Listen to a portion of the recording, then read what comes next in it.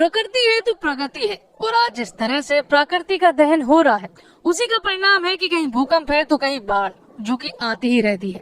साथ ही ऐसी ऐसी लाइलाज बीमारियां भी आ जाती हैं जिनका इलाज ढूंढने में बरसों लग जाते हैं। फिल्म भेड़िया की पृष्ठभूमि अरुणाचल प्रदेश का जंगल है। जब भी उस जंगल को कोई नुकसान पहुंचाने की कोशिश करता है तो एक ऐसा विषाणु आ जाता है कि लोगों को पता ही नहीं चलता कि अब उस विषाणु से मुक्ति कैसे मिले। तो दोस्तों, आपने टीवी सीरियल पर इच्छाधारी नाग नागिन तो खूब देखे होंगे, लेकिन पहली बार आपको इच्छाधारी भेड़िया देखने को मिलेगा। तो ये बात सुनने के बाद आप कहोगे कि ऐसा थोड़ी ना होता है। तो वही इस फिल्म के डायलॉग के अंदाज में मैं भी आपसे यही कहूँगा कि क्यों इच्छाधारी होने का लाइसेंस सिर्फ नागिन के पास है क्या भाई। तो आज हम एक्सप्लेन करेंगे भेड़िया मूवी को। और वीडियो को शुरू करने से पहले वीडियो को लाइक करके चैनल को सब्सक्राइब जरूर कर दीजिएगा ताकि आपको इसी तरह के लेटेस्ट और फ्रेश कंटेंट मिलते रहे। तो फिल्म की शुरुआत होती है दिल्ली में रहने वाले भास्कर से, जो कि अपने बॉस बग्गा के पास था। तो यहाँ पर बग्गा साहब भास्कर को एक सड़क बनाने का कॉन्ट्रैक्ट देता है जो कि अरुणाचल प्रदेश के जंगल के बीचों बीच बननी थी। तो जल्द अमीर होने और दिल्ली में जमुना पार से ग्रेटर कैलाश तक पहुँचने की चाह रखने वाला भास्कर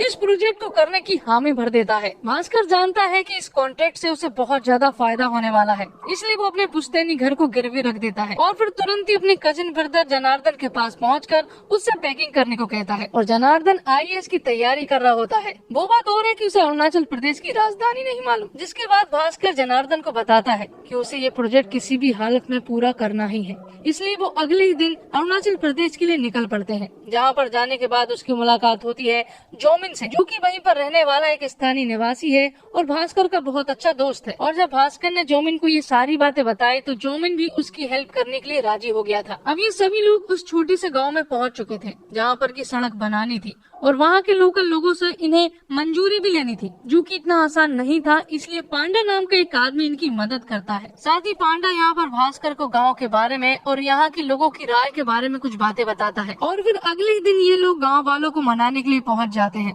जहाँ पर काफी मनाने के बाद गाँव वाले नहीं मानते हैं। भास्कर यहाँ पर गाँव वालों को काफी सारे ऑफर भी देता है, लेकिन गाँव वाले बिल्कुल भी नहीं मानते हैं, जिससे कि भास्कर पूरी तरह से निराश हो चुका था, क्योंकि उसे मालूम है कि ये कॉन्ट्रैक्ट उसके लिए कितना महत्वपूर्ण है। अब रात को जब ये सभी लोग अपने घर लौट रहे थे तो अचानक से बीच रास्ते में इनकी कार बंद पड़ जाती है। और जब भास्कर थोड़ी दूरी पर टॉयलेट कर रहा होता है तो अचानक से उसके पीछे एक भेड़िया लग जाता है, जिससे कि जनार्दन और जोमिन को ऐसा लगता है कि भास्कर मजाक कर रहा है। लेकिन बाद में उन्हें पता चलता है कि भास्कर मजाक नहीं कर रहा है, दरअसल उसके पीछे सचमुच ही एक भेड़िया लग गया है, इसलिए वो लोग भी उसके पीछे जाते हैं। लेकिन आखिर में हम देखते हैं कि वो भेड़िया भास्कर के पिछवाड़े में काट लेता है, जिसके बाद जनार्दन और जोमिन किसी तरह से उस भेड़िया को भगाते हैं। लेकिन अब प्रॉब्लम ये है कि वो लोग भास्कर को डॉक्टर के पास नहीं ले जा सकते, क्योंकि अगर उन लोगों ने भास्कर को डॉक्टर के पास लेकर गए तो गांव में यह अफवाह फैल जाएगी कि विषाणु वापस आ गया है। दरअसल विषाणु एक भेड़िया ही है, लेकिन गाँव वालों ने उस भेड़िए को विषाणु नाम दिया है, जो कि लंबे समय के अंतराल पर गाँव में वापस आता है। अब उनके पास कोई और रास्ता न होने के कारण यहाँ पर जोमिन भास्कर को डॉक्टर अनिका के पास ले जा लेता है। और डॉक्टर अनिका जानवरों की एक डॉक्टर है, इसलिए ना चाहते हुए भी डॉक्टर अनिका को भास्कर का इलाज करना ही पड़ता है। लेकिन जब वो उसके पिछवाड़े का घाव देखते हैं तो वो तीनों ही शॉक्ड रह जाते हैं, क्योंकि वो घाव बहुत ज्यादा गहरा था और उन्हें ऐसा लग रहा था कि भास्कर अब चलने तो क्या बैठने के लायक भी नहीं रहेगा। तब अनिका भास्कर को एक पेन किलर का इंजेक्शन लगाती है। साथ ही वो जनार्दन और जोमिन से कहती है कि उसने इंजेक्शन तो लगा दिया है, पर उसे ऐसा लग नहीं रहा है कि उसका घाव ठीक होगा, क्योंकि उसका घाव काफी गहरा है। अब अगले सीन में सुबह सुबह हम देखते हैं कि भास्कर जब सो रहा होता है तो अचानक से उसे किसी की स्मेल आने लगती है। साथ ही उसके कान के पास एक मक्खी बार बार घूम रही थी, जिसे वो एक झटके में ही पकड़ लेता है। और फिर उठने के बाद उसे एक ऐसी भूख लगती है कि वो जानवरों की तरह खाने लगता है। और इस तरह से उसे खाता हुआ देखकर जनार्दन पूरी तरह से शॉक्ड रह जाता है। और जब वो फ्रेश होने के लिए टॉयलेट में जाता है तो वो देखता है कि उसकी बॉडी बन गई है, साथ ही उसके दांत नुकीले हो गए हैं और उसे अभी भी किसी चीज की स्मेल आ रही है। अब गाँव वालों को मनाने के लिए वो लोग फिर से गाँव में जाने लगते हैं, जहाँ पर रास्ते में एक जगह पर भास्कर रुक जाता है। और जनार्दन और जोमिन के पूछने पर भास्कर उन्हें बताता है कि घर में जिस चीज की स्मेल आ रही थी वो इसी की आ रही थी, और ये एक सड़ा हुआ खरगोश था जो कि इनके घर से काफी दूरी पर था। इसके बावजूद भास्कर ने उसे स्मेल कर लिया था। मतलब कहीं न कहीं भास्कर के अंदर भेड़िए की पावर्स आना शुरू हो गई थी, और साथ ही उसके पिछवाड़े पर जो घाव था वो भी बिल्कुल ठीक हो गया था। अब ये सभी लोग गाँव में निकलते हैं, जहाँ पर गाँव के लोग तो नहीं मान रहे थे, इसलिए वो लोग यहाँ के युवाओं से बात करते हैं और उन्हें सारी बातें समझाते हैं, जिसके बदले में वो सभी लोग भास्कर की बातों से सेटिस्फाइड हो जाते हैं। लेकिन तभी अचानक से भास्कर को कुछ होने लगता है और उसे बहुत दूर दूर तक की आवाजें सुनाई देने लगती है। कोई धीरे से भी बात कर रहा होता है तो भास्कर को उनकी सारी बातें सुनाई दे रही थी। भास्कर को रात से ही बिल्कुल भी ठीक नहीं लग रहा था और जब ये बात वो पांडा को बताता है तो पांडा गाँव के एक ओझा के पास ले जाता है। दरअसल में ओझा एक बाबा होते हैं जो कि गाँव के लोगों की तंत्र मंत्र से बाधाओं को दूर करते हैं। और जब वो लोग भास्कर को उस ओझा के पास लेकर जाते हैं तो वो ओझा भास्कर के सर को एक पानी के ड्रम में डाल देते हैं, जिससे कि भास्कर को उस पानी के ड्रम में उसे भेड़िया दिखाई देता है और उसे देखकर भास्कर पूरी तरह से डर गया था। तो वो यहाँ पर ओझा से बिना कोई इलाज करवाए डायरेक्ट अनीका के पास पहुँचता है और भास्कर अनीका को ये सारी बातें बताता है, जिसके बदले में अनीका उससे कहती है कि शायद उसे रेबीज हुआ है, इसलिए वो उसे कुछ दवाई भी देती है। साथ ही यहाँ पर अनीका भास्कर को आज रात के म्यूजिक फेस्टिवल में साथ चलने को कहती है, जिसके बदले में भास्कर भी हाँ कर देता है और फिर वो सभी लोग उस रात खूब एंजॉय करते हैं। लेकिन तभी अचानक से भास्कर को कुछ होने लगता है और उसे कुछ आवाजें सुनाई देने लगती है और ये सीन यहीं पर कट होता है। अब अगली सुबह इन तीनों को पता चलता है कि प्रकाश को किसी जानवर ने इंजर्ड कर दिया है और प्रकाश के पास उन लोकल लोगों के हस्ताक्षर किए हुए पेपर्स थे और भास्कर को उन पेपर्स की ही चिंता थी। और जब ये तीनों आपस में बात कर ही रहे होते हैं कि तभी अचानक से भास्कर को खून की उल्टियाँ होने लगती है। ये सब देखकर जनार्दन और जौमिन तुरंत ही भास्कर को लेकर अनीका के पास पहुँचते हैं। भास्कर का यहाँ पर पेट दर्द भी हो रहा था, इसलिए अनीका उसे एक इंजेक्शन लगाने वाली होती है, लेकिन भास्कर इंजेक्शन लगवाने से साफ मना कर देता है। तब यहाँ पर अनीका उसे जबरदस्ती इंजेक्शन लगाने लगती है तो अचानक से भास्कर उस बेड को मंजूलिका जैसे ऊपर उठा लेता है और ये लोग यहाँ पर भास्कर का एक अलग रूप देख पाते हैं। थोड़ी देर के बाद वो शांति हो जाता है, लेकिन इन सभी लोगों को इस बात की टेंशन हो रही थी कि आखिर उसे हुआ क्या है, क्योंकि रेबीज में ऐसी सारी हरकतें नहीं होती है। और फिर धीरे धीरे जनार्दन और जौमिन को भास्कर के ऊपर शक होने लगता है कि कहीं उसे भेड़िए के काटने के बाद भेड़िए की ताकत तो नहीं आ गई। और फिर उसी रात भास्कर को फिर से बेचैनी होना शुरू हो जाती है, साथ ही वो अपने कपड़े भी फाड़ने लगता है और फिर धीरे धीरे वो एक भेड़िए के रूप में बदलना शुरू हो जाता है। जनार्दन और जौमिन को भास्कर के ऊपर शक था, इसलिए वो लोग भी बाहर खड़े हुए थे। हालांकि उन लोगों ने भास्कर को भेड़िया बनता नहीं देखा था, लेकिन वो इंतजार कर रहे थे। लेकिन तभी अचानक से एक भेड़िया उस खिड़की को तोड़ते हुए बाहर निकलता है, जिसके बाद जनार्दन और जौमिन उसका पीछा करने लगते हैं। पीछा करते करते वो एक ब्रिज के पास पहुंचते हैं, जहां पर उन्हें थोड़ी देर तक तो वो भेड़िया कहीं पर भी दिखाई नहीं देता, लेकिन अगले ही पल वो भेड़िया इनके ऊपर अटैक कर देता है। लेकिन तभी उन्हें ये पता चल जाता है कि भास्कर ही भेड़िया है, क्योंकि उस भेड़िए ने भास्कर की चड्डी पहनी हुई थी। लेकिन जनार्दन और जौमिन यहाँ पर किसी तरह से बच जाते हैं। अब अगली सुबह जब भास्कर की नींद खुलती है तो वो खुद के मुंह पर बहुत सारा खून लगा हुआ पाता है और साथ ही उसकी चड्डी में से एक सांप निकलता है। लेकिन भेड़िया होने के कारण वो सांप भास्कर का कुछ भी नहीं करता है। लेकिन जब वो अपनी इज्जत को जैसे तैसे बचाकर घर पहुंचता है तो वहाँ पर वो जनार्दन और जौमिन को देखता है, जो कि उसे बुरी तरह से घूर रहे थे। साथ ही वो लोग यहाँ पर उस चड्डी को भी देख पाते हैं, जो कि उस भेड़िए ने पहनी थी, और उस चड्डी के पीछे एक बड़ा सा छेद भी था, जिसमें से उस भेड़िए की पूंछ निकली थी, जिससे कि यहाँ पर सभी को पता चल जाता है कि भास्कर ही भेड़िया है। तो भास्कर भी उन सभी को बता देता है कि रात होते ही उसके अंदर कुछ अचानक से बदलाव होने लगते हैं। उसके दांत बड़े हो जाते हैं, नाखून बड़े हो जाते हैं और बदबू सुगंध में बदल जाती है और सुगंध बदबू में। तो भास्कर को भी अब ये बात पता चल चुकी थी कि हर रात वो भेड़िया बनता है। लेकिन प्रॉब्लम ये है कि भास्कर जब सुबह उठा था और उसके मुंह पर जो खून था वो आखिर किसका था। तो इन्हें पता चलता है कि वो खून दरअसल में उस आदमी का था, जो कि घूस लेकर इनकी सड़क बनवाने में हेल्प करने वाला था। और ये बात इन तीनों और अनीका के अलावा किसी को भी नहीं मालूम थी। और जब एक रात ये सभी लोग आपस में बात कर ही रहे होते हैं कि तभी अचानक से भास्कर को ये महसूस होता है कि उनकी बातें चोरी छुपे कोई सुन रहा है।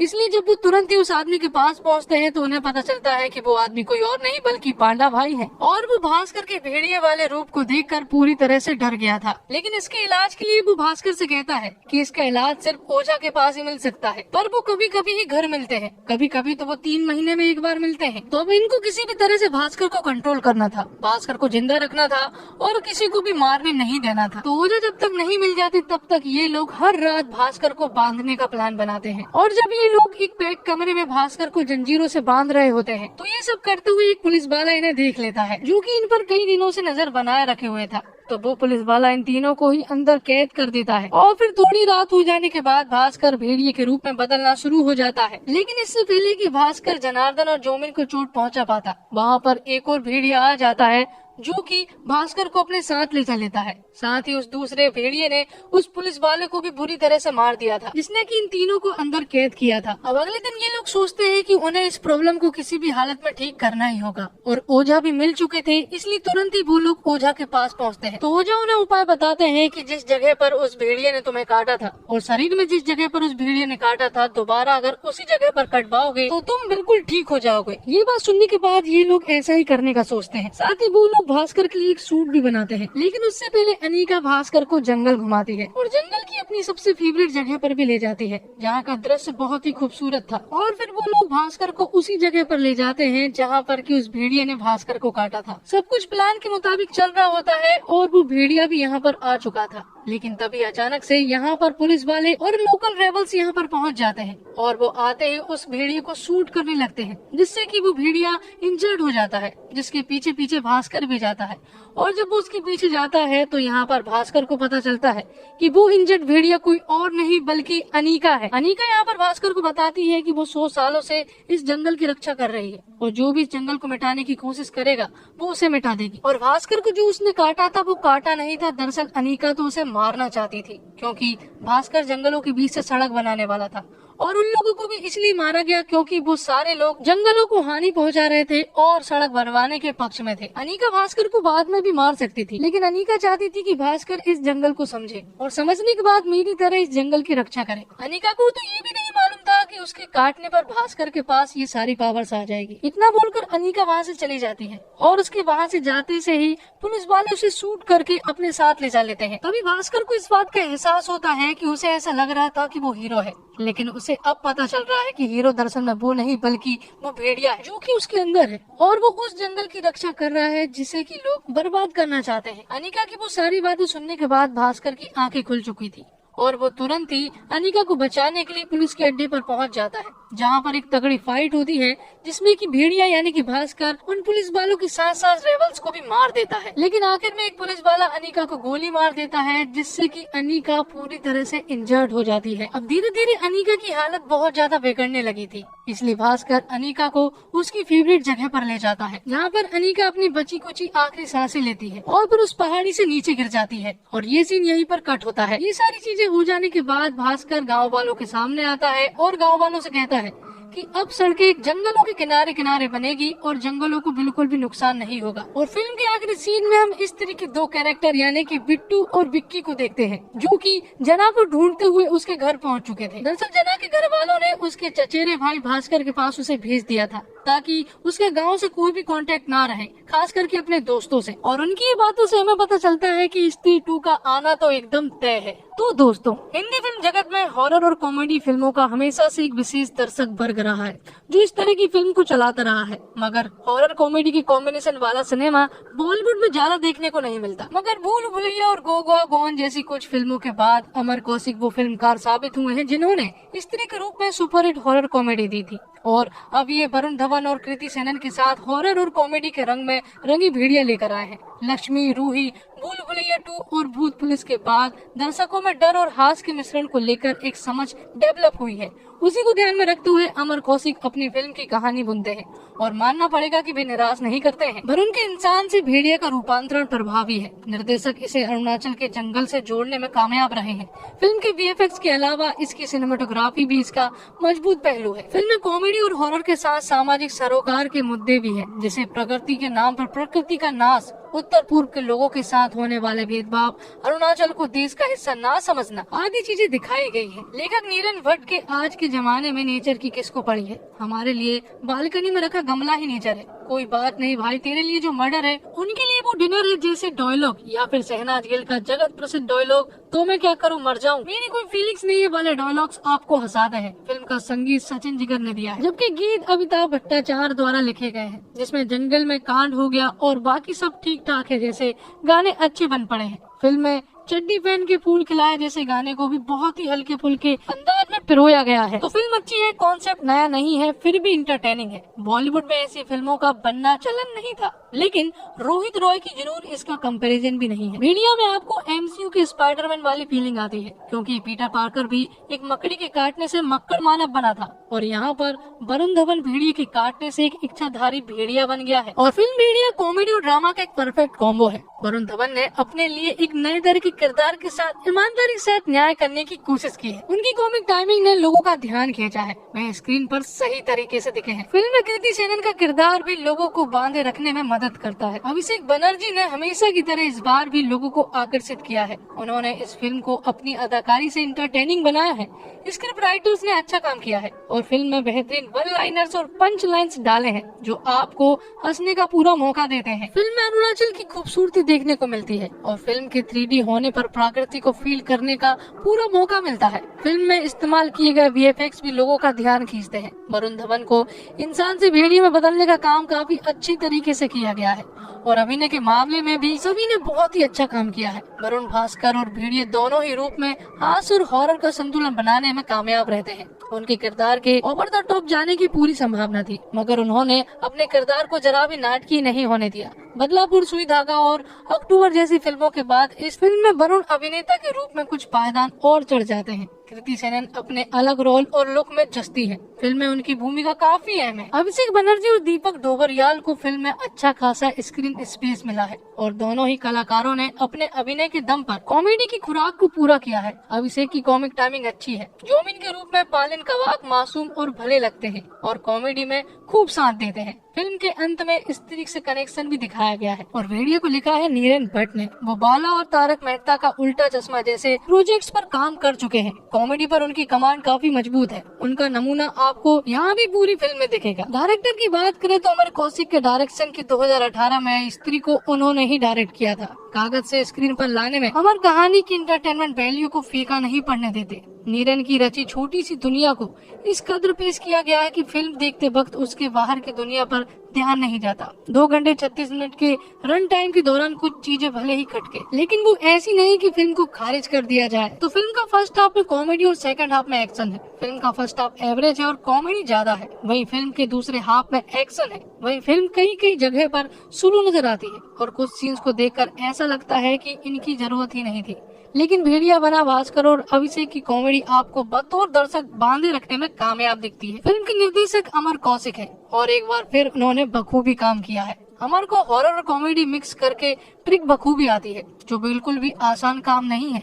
फिल्म की स्टोरी नरेन भट्ट ने लिखी है और काफी सफाई से उन्होंने हर सीन को लिखा है। कैरेक्टर ग्रोथ, फनी क्लाइमैक्स और विग रिवील के साथ पूरे नंबर मिलते हैं। भेड़िया एक विजुअल ट्रीट है जो नॉर्थ ईस्ट इंडिया की खूबसूरती और प्रकृति को भी बखूबी दिखाती है। फिल्म के VFX और स्पेशल इफेक्ट्स कमाल के हैं और कई हद तक इंडियन सिनेमास की सबसे बेस्ट भी है। फिल्म में आदमी और जानवर के कॉन्फ्लिक्ट को सादगी से दिखाया गया है, जो सच में इम्प्रेस करता है। फिल्म में नॉर्थ ईस्ट के लोगों को चाइनीज या आउटसाइडर आदि कहने के मुद्दे पर भी बहुत ही अच्छी बातें कही गई है। और इसी के साथ ये एक्सप्लेनेशन यहीं पर खत्म होता है। तो दोस्तों, उम्मीद करता हूँ आपको वीडियो पसंद आई होगी। वीडियो पसंद आई हो तो वीडियो को लाइक जरूर कीजिएगा और इसी तरह के वीडियोस पाने के लिए आप हमारे चैनल को सब्सक्राइब भी कीजिएगा, ताकि आपको इसी तरह के लेटेस्ट और फ्रेश कंटेंट मिलते रहे। मिलते हैं एक और धमाकेदार वीडियो के साथ, तब तक के लिए आप हमारे चैनल के साथ बने रहिए। धन्यवाद। जय हिंद, जय भारत, जय श्री राम।